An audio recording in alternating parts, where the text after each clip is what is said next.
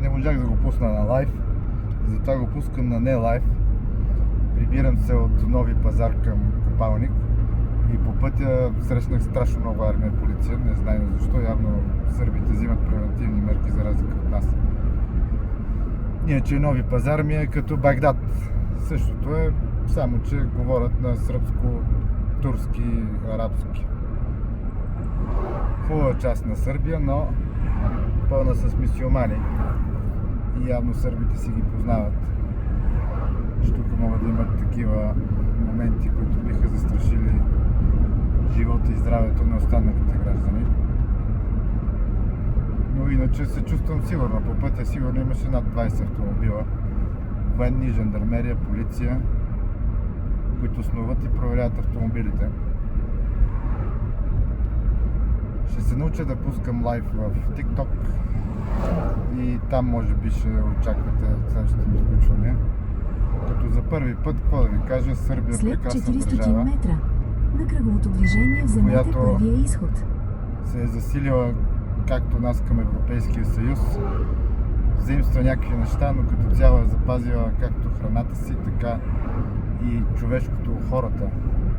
Това, което на нас ние го загубихме последните години, особено след влизането в Европейския съюз. Нищо не казвам. Аз съм за Европейския съюз в основата, както е бил замислен, като зона за безмитна търговия, обмяна на стоки и хора, свободно преминаващи от една страна в друга с цел изграждане на една икономическа общност, подобно на СИФ едно време. Но в последните време тя се изроди и една клика от хора, управляващи, наречена Европейска комисия, оглавявана от, как се казваше тази жена, госпожа фон дер Лайен, ако не се лъжа, което звучи малко приказно името ѝ, все едно от брата Грим е изкарана. Започнаха да въвеждат някакви правила, които станаха унисон за всички държави.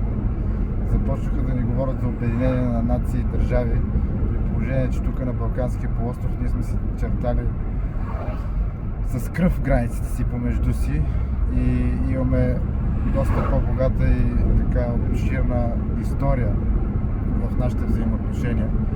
И тези закони, които ги приемат в Европа, не могат да очакват да бъдат меродавни за страни диви и щастливи, като тези на Балканския полуостров. Примерът Гърция, следват Сърбия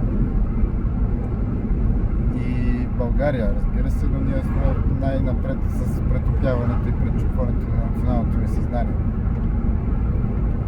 Така че спирам тук, за да не ви отекчавам.